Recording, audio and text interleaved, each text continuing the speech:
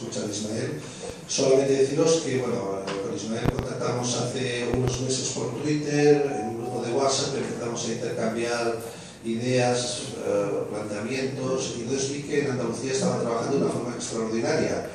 Y entonces pensé, bueno, que mejor que cuando haya una oportunidad, que vengan aquí y nos expliquen un poco cómo están trabajando, si podemos aprender algo perfecto.